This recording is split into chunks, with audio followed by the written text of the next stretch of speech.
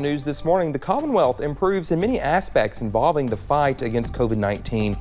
And one Kentucky community celebrates an expansion project, giving thousands of Kentuckians access to faster internet speeds. Dedicated to Eastern and Southern Kentucky, this is WYMT Mountain News this morning. Well, good Friday morning to you at 6 o'clock on the dot. I'm Dakota Makris. Thank you so much for waking up with us. Let's head over to Brandon for a look at your forecast. Brandon, I want to check. Do you have the right forecast pulled up this time? Yes. Checks and balances around here. I'm good. Listen, it's a new hour. I've got everything straight now. We're good to go. We're good to go. But yes, it is a new hour and it's a new day. Unfortunately, not a lot of changes except for the temperature and cloud cover as well. Let's take a look at our camera network this morning. We start off down toward I-75 at Corbin, and you can see those clouds after they moved out a little bit overnight have rolled back into town this morning, and they're going to continue to see that trend as we head through the daytime hours. The temperatures are still dropping thanks to that cold front that came through, but again, it's just one of those times that we're going to be a cold Friday ahead. So if you're heading out to any football games a little bit later on, make sure you take those jackets. 57 is our forecast high today, 67 the average. The cloud cover is really going to keep us much cooler behind that front. 82 is the record set back 1 year ago today. Dakota? All right, Brandon, thank you. Still mourning the deaths of 3 former students, community members in Buckhorn came together to reflect and remember Thursday night. Our Courtney Sanning was at the vigil. After the deaths of 3 former Buckhorn School students, Annabelle Abner felt compelled to step up and bring the community together in their honor. I was burdened, and I was praying, and I thought, God, what will help our community? And I just thought, a ceremony. That need to bring people together led to a candlelight vigil at the school's baseball field Thursday night, an idea teacher Valerie Dixon was quick to get behind. She asked if we could do something here at the school, and, we're close-knit community here, and so we were all for letting them do that. The 3, Christopher Jaden Miller, Mackenzie Skylar Gwynn, and Bobby Wayne Sizemore, all graduated from Buckhorn within the past few years. Gwynn and Sizemore died due to complications from COVID-19, while Miller was the victim of an accidental shooting. It really hits home because we were all close together in a small community, and it's a comfort and time, to come together as one and just talk to each other and tell their stories, have a good time together. People throughout the community joined their friends and loved ones on the field, lighting candles, telling stories, and flashing the scoreboard in honor of their friends. A small community coming together to remember 3 of their own in a big way. I've always been told that Buckhorn doesn't have anything, we're just small, but we do have something. We have a family, and we are the family. A moment Dixon says was much needed. I think it's going to be a relief, and it's going to be a happy moment. I know it's a sad occasion, but the kids need this. Trying to help families, friends, and a community. In Buckhorn, Corey Sanning, WYMT Mountain News. While the families did not want to talk on camera, they said they all appreciate the outpouring of support. At yesterday's Team Kentucky briefing, Governor Andy Beshear said we are improving in nearly every element against COVID. But as this wave shrinks, the governor says we cannot drop our guard and let the cases increase again. He says schools are looking to unmask, but that is just too dangerous of a risk to take. That again shows that the level of disease is declining.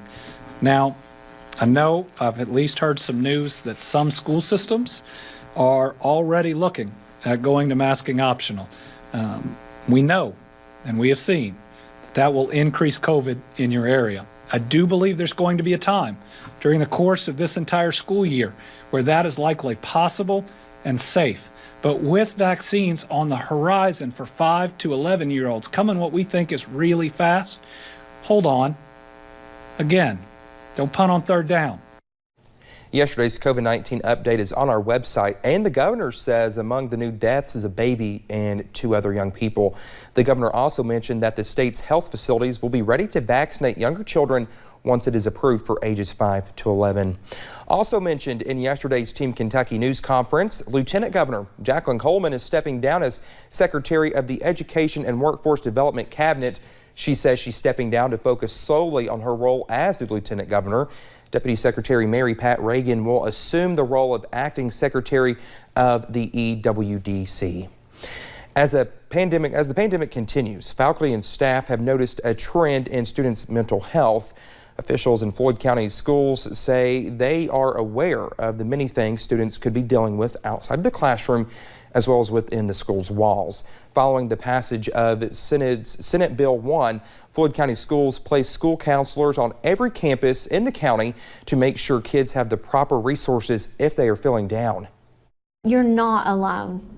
And the problem may seem large, but oftentimes if you communicate it and someone's understanding and they're supporting you, we'll get through this together and it'll be fine. It will be fine over time.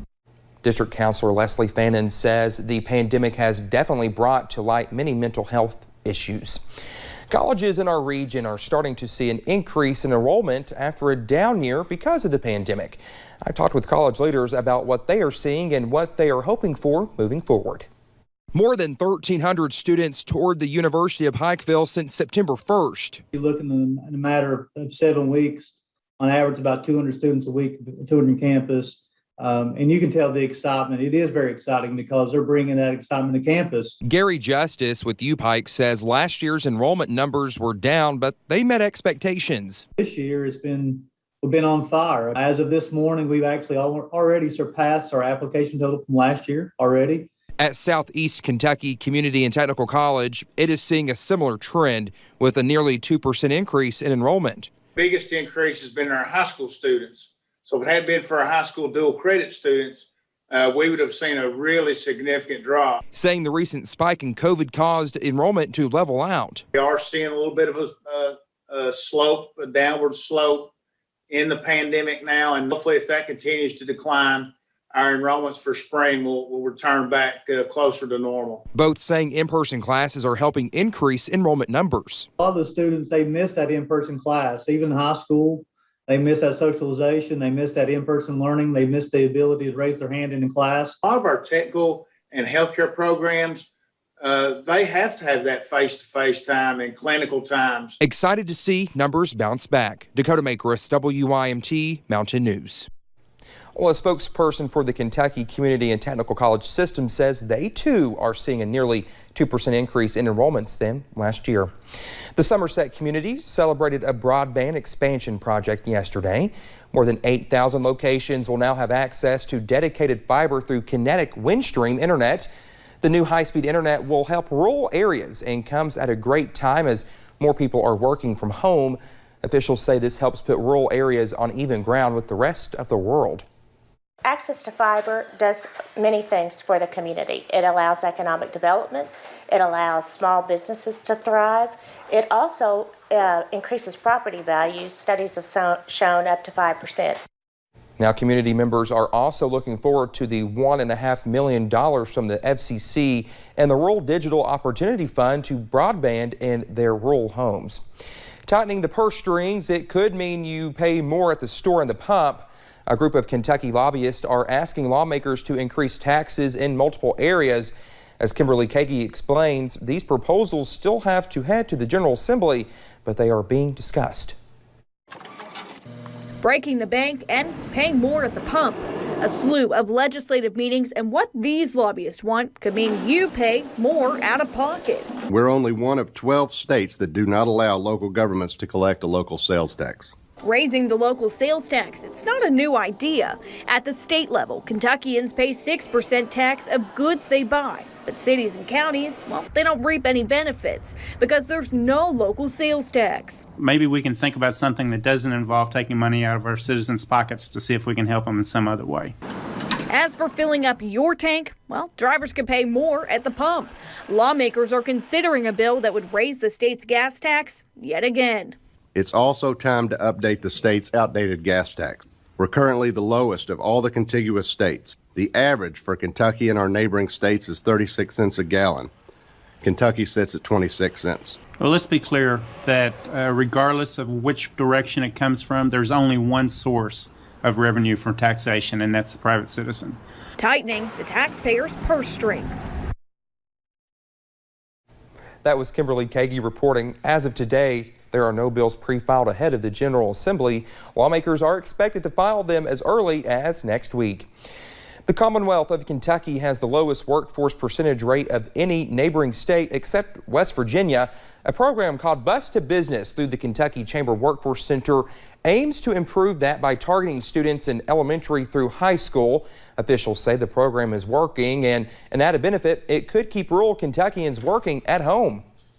A lot of times students don't know what's right down the street and what opportunities are available to them. So I definitely think this could help keep students in rural communities and not flock to the larger, more metropolitan areas. Now, Chamber officials say the program started 3 years ago with 1,200 students participating, but after moving online, it has more than 40,000 students.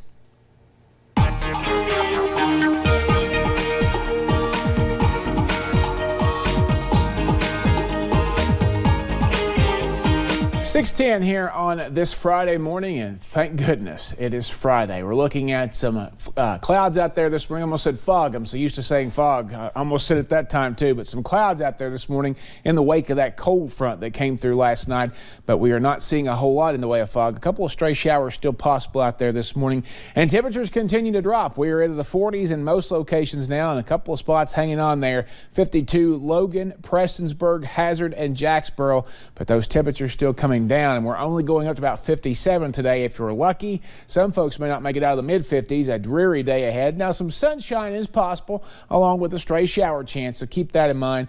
As we look ahead, though, we do not get much of a break. A cooler weekend, though. Saturday and most of Sunday looks okay, and then more rain chances are right back in the forecast. Dakota? All right, Brendan, thank you so much, and thank you for joining us on Mountain News this morning. More news is on the way. Just ahead, a ride-sharing service shares some grim numbers in its first ever safety report. Those details are on the way.